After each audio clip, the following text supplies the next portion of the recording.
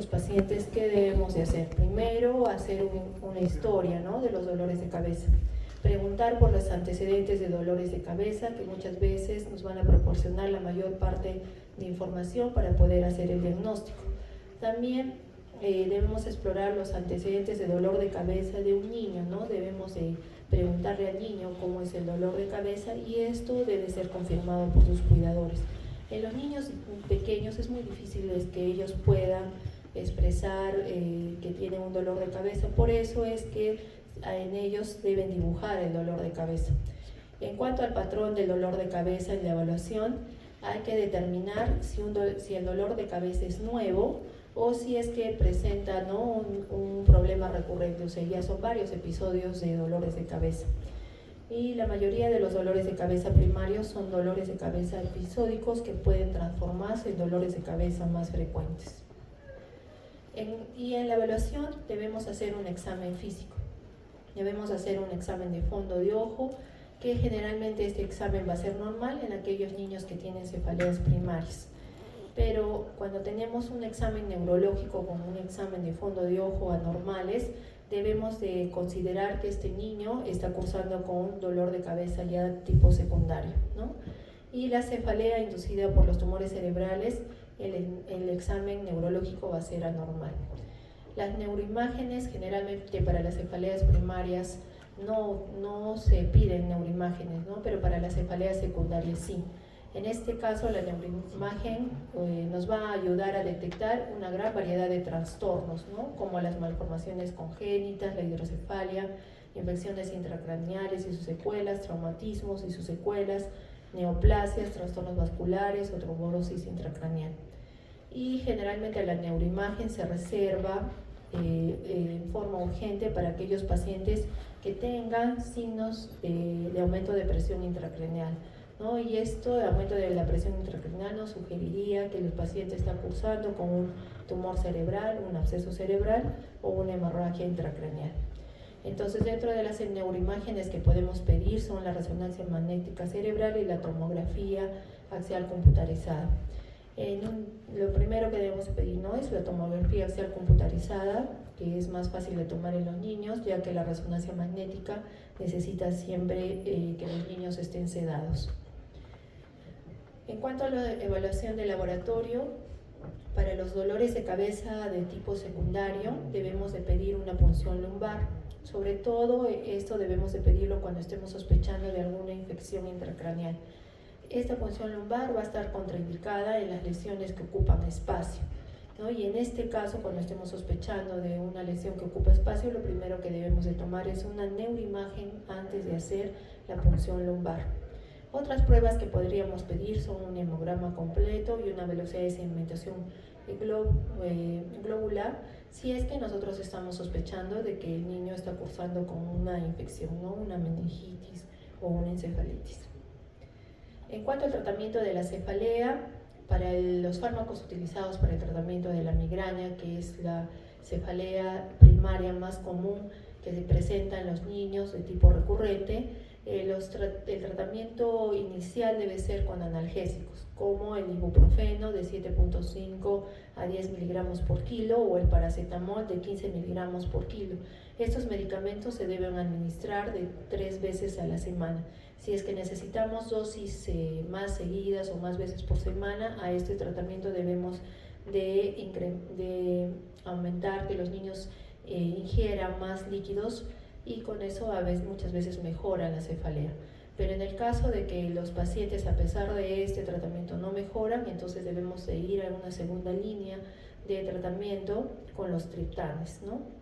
Y debemos de utilizar el almotriptán, que se utiliza generalmente en los niños de 12 a 17 años, o podríamos utilizar el rizatriptán, que se utiliza en los niños de 6 a 17 años, o el solmatriptán, que se puede utilizar en los niños mayores de 12 años. También se podría utilizar el sumatriptán asociado a naproxeno. En cuanto a los fármacos para el tratamiento de cefalea, como hemos dicho, se utilizan generalmente el ibuprofeno a la dosis de 10 miligramos por kilo. Generalmente este se utiliza en todas las cefaleas agudas, primarias, secundarias, y también hemos dicho que se utiliza de elección en la migraña. El paracetamol es el otro medicamento que se utiliza para las cefaleas a una dosis de 10 a 15 miligramos por kilo por dosis en vía oral, y este está indicado en todas las cefaleas agudas, también primarias y secundarias. Vamos a pasar al segundo tema, el vértigo. El vértigo se define como una sensación subjetiva o delusión de movimiento propio o ambiental, ¿no? Es decir, que el paciente siente que él está moviéndose o que el ambiente a su alrededor está moviéndose alrededor de él, y puede estar asociado frecuentemente al giro de objetos. El vértigo puede ser ocasionado por una disfunción de alguna parte del sistema vestibular. ¿Qué parte del sistema vestibular? Puede haber una disfunción del vestíbulo o de los canales semicirculares, o puede haber una disfunción del sistema nervioso central. En este caso, ¿qué parte del sistema nervioso central está implicado en el vértigo? O alguna disfunción del tronco encefálico, del cerebelo o del tracto vestíbulo espinal.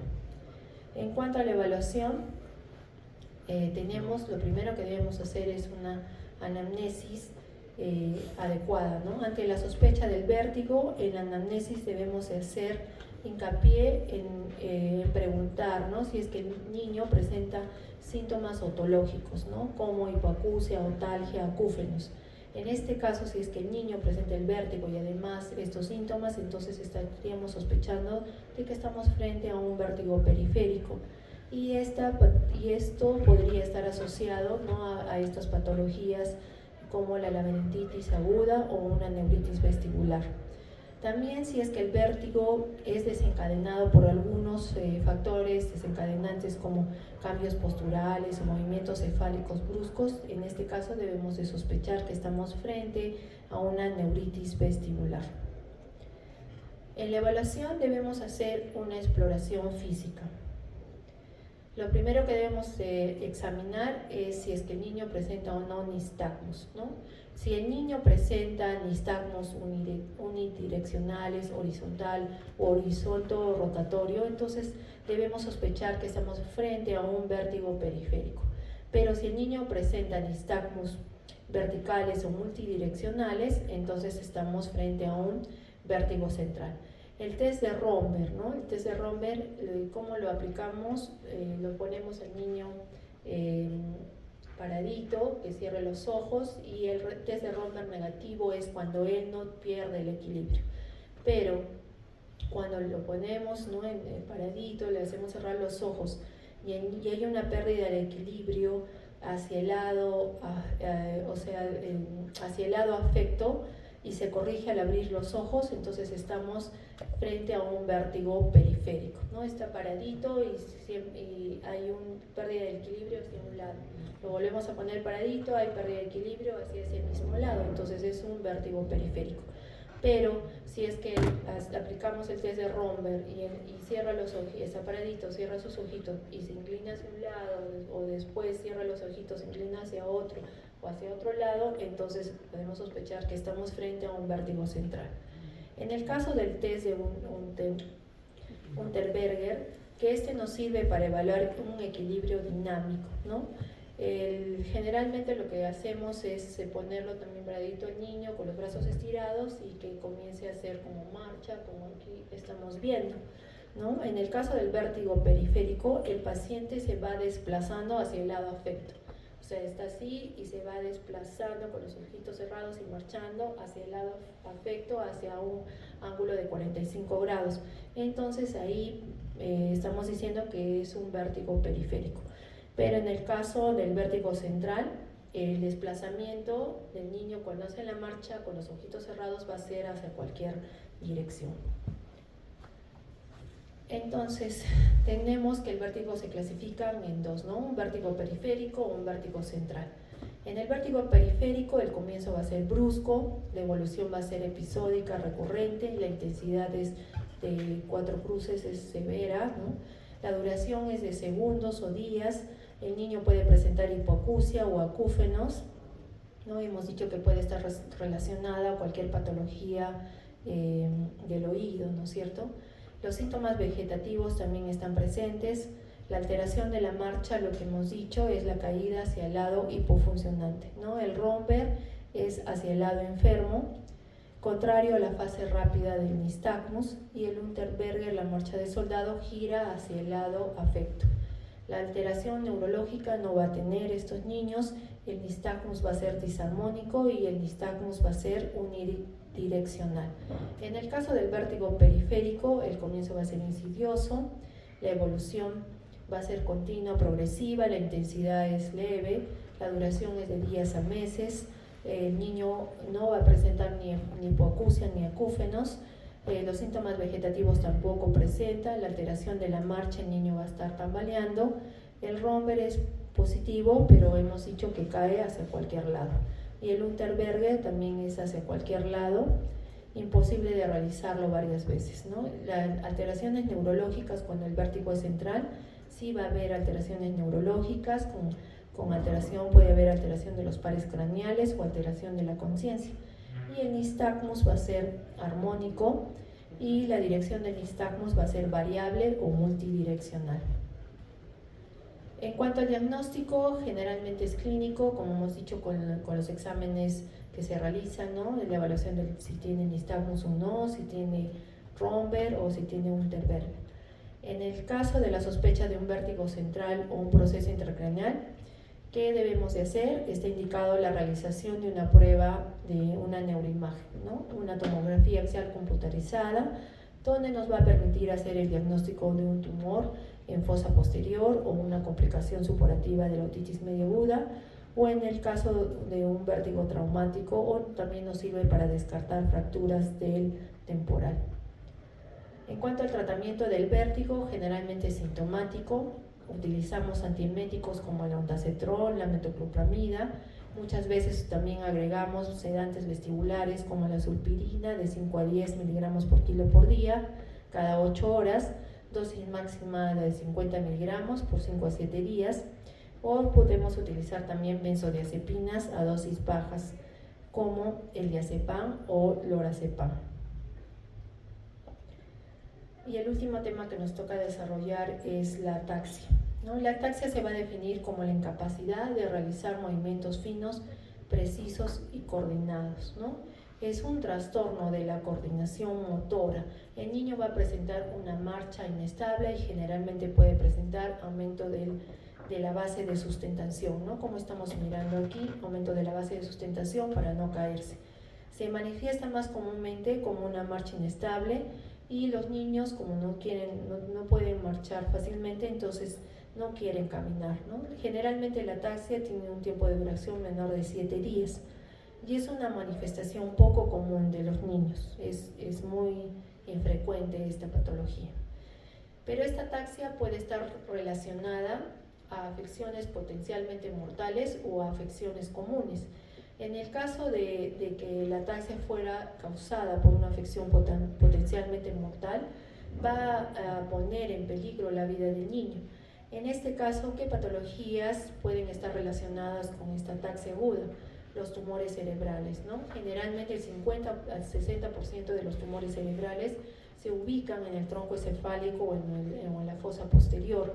Entonces, ocasionan, ¿no?, estos tumores cerebrales ataxia. Además, puede estar relacionada también esta ataxia aguda, puede ser ocasionada por una hemorragia intracraneal, sobre todo cuando esta hemorragia es en la zona del tronco encefálico o en el cerebelo, ¿no? Y esta puede ser ocasionada por traumatismo o una malformación vascular. Los accidentes cerebrovasculares también pueden ocasionar ataxias, pero esto es muy infrecuente en los niños. Y estos accidentes cerebrovasculares están asociados a la enfermedad de la arteria vertebral o de la arteria basilar. Las infecciones del sistema nervioso central también nos pueden ocasionar ataxias, sobre todo cuando tenemos accesos cerebelosos o encefalitis o meningitis.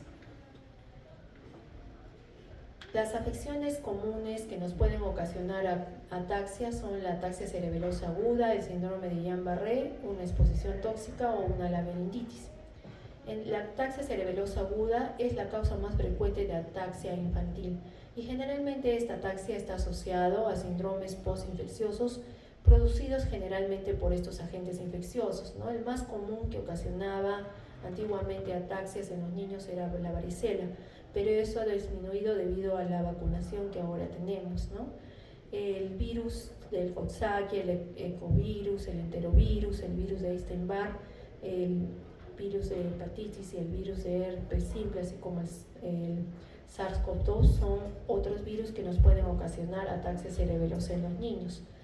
El síndrome de Guillain-Barré también puede iniciarse con una ataxia aguda y este síndrome generalmente está relacionado, ¿no? Tenemos el antecedente de que el niño ha recibido una vacuna reciente o cuando el niño ha tenido una infección por Campylobacter jejuni, pueden presentar este síndrome de Guillain-Barré con ataxia. Exposiciones tóxicas también nos pueden ocasionar ataxia, ¿no? O la ingesta de fármacos orales como la fenitoína, el fenobarbital, la carbamazepina o las benzodiazepinas también nos pueden ocasionar ataxias en los niños. Y la laberintitis es otra patología que nos puede ocasionar ataxias en los niños y esta generalmente va a ser causada por infecciones bacterianas o virales. En cuanto a la evaluación de la ataxia, es muy importante revisar los antecedentes, ¿no? Generalmente la madre nos va a decir que el niño no quiere caminar o que al momento de caminar está caminando con una amplia base de sustentación. Cuando esta ataxia es de inicio rápido, suele ser indicativo de una etiología traumática, infecciosa o postinfecciosa o incluso tóxica. Pero cuando la ataxia es de un curso más lento, relativamente insidioso, es característico, ¿no? Tendríamos que sospechar en tumores del tronco encefálico, del cerebelo o síndrome de Guillain-Barré. Además, la ataxia puede estar asociada a otros síntomas como otalgia, vértigo y vómitos, además de dolores de cabeza recurrentes nocturnos y matutinos con o sin vómitos. En cuanto al examen general, el niño puede presentar bradicardia, un patrón respiratorio anormal e hipertensión, con un aumento de la presión intracraneal. El niño que además de la ataxia presenta fiebre, entonces ahí podríamos sospechar que está cursando con un proceso infeccioso, ¿no? Como una encefalitis o una meningitis. También puede haber abultamiento de la fontanela anterior, sobre todo cuando sospechamos que hay un aumento de la presión intracraneal. El niño también puede tener en el examen un edema de papila que nos indica también un aumento de la presión intracraneal. Y además también podría presentar en el caso de las ataxias nistagmus que pueden desarrollarse con trastornos vestibulares, cerebelosos o del tronco encefálico. En cuanto a la evaluación, tenemos que hacer una evaluación neurológica y generalmente en las ataxias la evaluación va a ser anormal.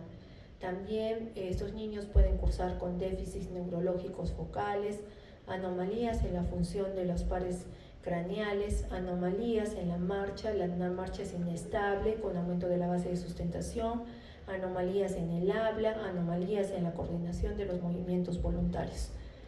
En los estudios auxiliares, ¿qué es lo que debemos de pedir? Las pruebas toxicológicas, ¿no? Hemos dicho que en algunas ocasiones la ataxia está relacionada con la ingesta de algunos medicamentos, ¿no? Como la carbamazepina, la fenitoína, el fenobarbital o las benzodiazepinas. Entonces esta prueba nos permitiría hacer el diagnóstico de intoxicación. Otro examen que podríamos hacer es una punción lumbar con un examen de líquido cefalorraquídeo y eso nos ayudaría a hacer el diagnóstico de meningitis y de encefalitis. También podemos utilizar como exámenes auxiliares los neuroimágenes y la resonancia magnética nos ayudaría a hacer un diagnóstico de tumores, de un accidente cerebrovascular o de accesos que nos podrían estar ocasionando esta ataxia en los niños.